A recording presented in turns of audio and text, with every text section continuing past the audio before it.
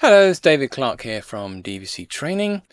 I haven't done a video about EDIUS for a while. To be honest, not a lot has happened, but there have been a couple of features that I didn't cover in my other videos, so I'm going to go through those now. Nothing huge, but some stuff that's interesting. As I'm doing this in early September, IBC is about to start, so who knows, maybe there'll be some announcements then. And if there is, I'll do a video about that now. But now I just want to cover the couple of features I didn't cover in previous videos. So we are currently on EDIUS 10.34, and there's been several little bug fixes during the life of 10.34. For example, in 10.34, they actually introduced a bug with the three-way color corrector. If you go into the three-way color corrector, then you use the color picker to change the color. So this is where you just click on the image and it sets the balance for you. It would go wrong. I am not using the latest version here, I'm using the one before that. This bug was fixed in the latest version, so if you find that happens to you, just download the latest version. The best place I tend to go for them is edius.net, and just go to downloads and get it there. But this version here, one of the bugs it does fix is that color correction thing. It is something that got introduced in one of the 10.34s and now they fixed it. But there have been a couple of new features. One of them changes the way that you export. Normally, if you want to export this, you just choose export, choose the format, give it a name, and then it starts exporting, pops up in the job monitor, and you can carry on working whilst it's exporting. Great. Sometimes you just want to say, no, I do not want to stick an export up there and wait for it to happen. I want it to happen right now. Because the other thing is, of course, with the job monitor is it does everything in the background. It writes the waveform caches and stuff. Maybe it's in the middle of writing waveform caches for 500 clips that you just loaded up, and it's going to take ages to get round to your export, and you know, I just want to do that export right now.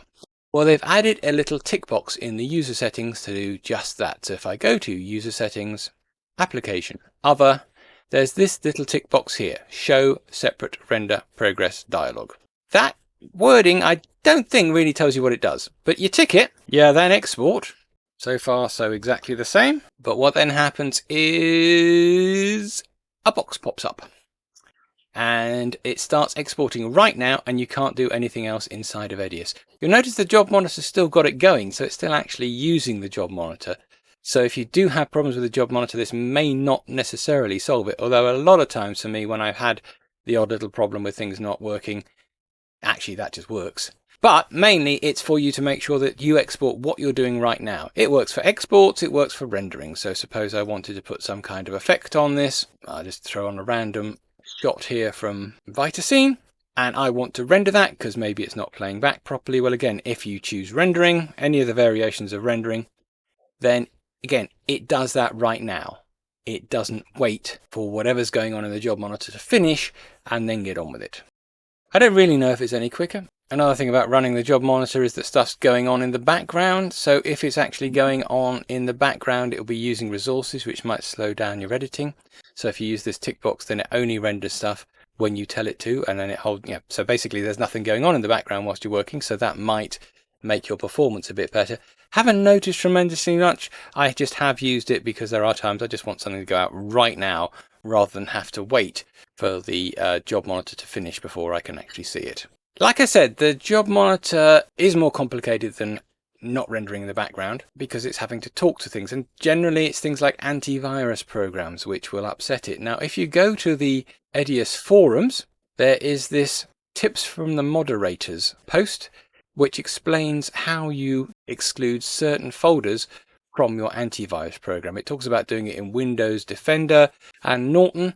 But if you have any other programs, like I use Avast, you've just got to find the similar kind of thing inside of your antivirus program and add all these programs into it. That generally sorts out all problems we have with the background render service.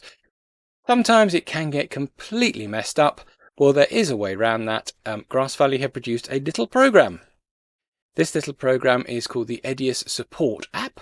I'll put a link in the description. If you download it and run it, it just gives you these options. And these things are pretty straightforward. Reset all the user settings, reset all the system settings. I mean, that actually just says to you what it's doing. The ones I tend to use are number 3 and 4. That's reset of all of the EDIUS jobs, which will clear out the hub, and a complete reset of the hub. Now, I wouldn't jump to this if you have problems with exporting. There could be all sorts of things like corrupt clips and corrupt projects and other things to look at first.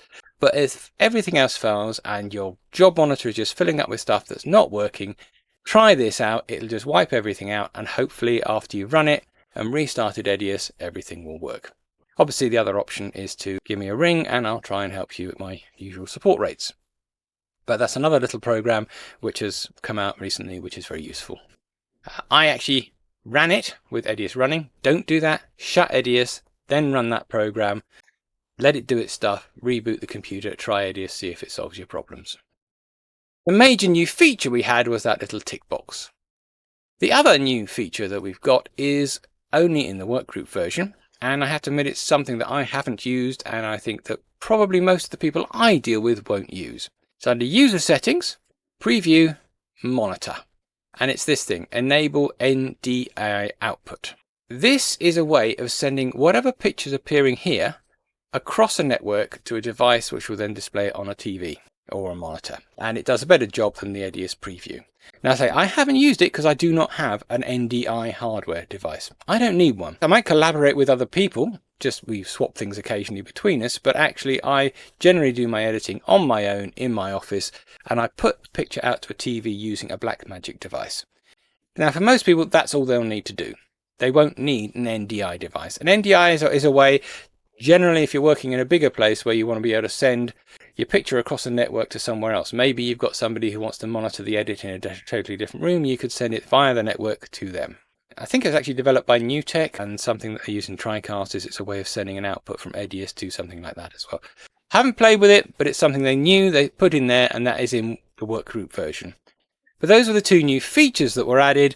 Then there were things like extra color profiles for different types of raw footage that's come out, and a lot of bug fixes. But that's really what's happened with EDIUS in the last few months, which you might say, yeah, that's not a lot. And it's true, it's not a lot. Is there something big coming up? I really don't know. Now, apart from that, in this video, I just wanted to quickly mention a plugin that I use an awful lot. And that is to do with audio. So with EDIUS X, you get these extra plugins, these EE, that means EDIUS Edition plugins from Acon, which are used for denoising, deverberating, in other words, getting rid of echoes, limiting it so it only hits a certain level, and compressing it so it sort of evens out the highs and the lows. Those things come with EDIUS, but the same people make a lot of extra plugins, and I have those. What happens is if you buy their audio editing program, this thing, Acoustica Premium, what you get is something which is similar to, say, Adobe Audition. It's a very comprehensive audio editing program with a lot of ways of cleaning up and doing things with audio. Now, to be honest, I've got that, but I haven't used it very much. Once I have used it quite a bit, maybe I'll do a video on that. But what I have used is the plugins that come with it. So they go straight into EDIUS and they more or less do everything I need. In particular, looking at this one, I love this one. This one is called Digital Extract Dialogue. It's an AI plugin that will look at a piece of audio and try and find the voices with it and isolate them and get rid of the background noise. I actually use it on all of my tutorial videos. So I used to use the standard denoiser. It's had a pretty good job. This does a better job. My videos don't have too much noise in them. It's me sitting in an office on my own talking right next to a microphone. So the sound's fairly good in the first place, but this improves it and gets rid of all the rubbish in the background fairly easily. To give you an example, let's go back to this clip. Let's get rid of Mr. Vitacine. This is a clip which we filmed donkeys years ago, and really we were just trying to get pictures to show off to people of different cameras. I mean, this was filmed on HDV, I believe. But here you can see it's in a standard street using the standard microphone, and you can hear. Oh, looks so good. Oh, it's the light, it's really flattering. Yeah. You can hear the guy saying it's light, it's really flattering. That's the guy who was actually doing the videoing at the time, and lots of traffic noise. Shove on the plugin and play it. Oh, looks so good. Oh, it's the light, it's really flattering. Yeah. Pretty much all of that background noise is gone. And you can hear there's a slight bit of processing on that, but actually, compared to anything else that I can do, that is staggeringly good. I mean, if I was just to use the standard denoise on that. Oh, looks so good. Oh, it's the light, it's really flattering. Yeah. That is the standard one that comes with it. It's done a pretty good job, but you can hear over these bits here where there's no talking, you've still got that rather peculiar sound going on, because there's an awful lot of noise in this. In the old days, I wouldn't have expected to get anything out of that. But bung on this thing. It's the light, it's really flattering.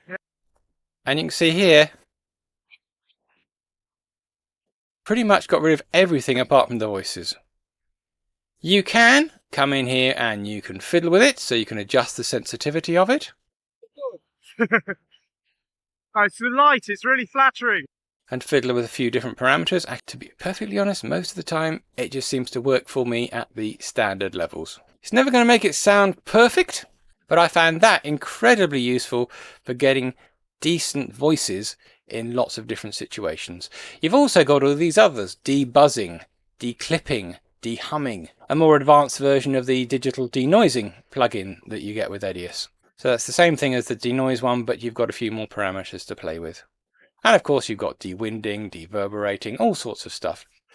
Very, very useful set of filters this.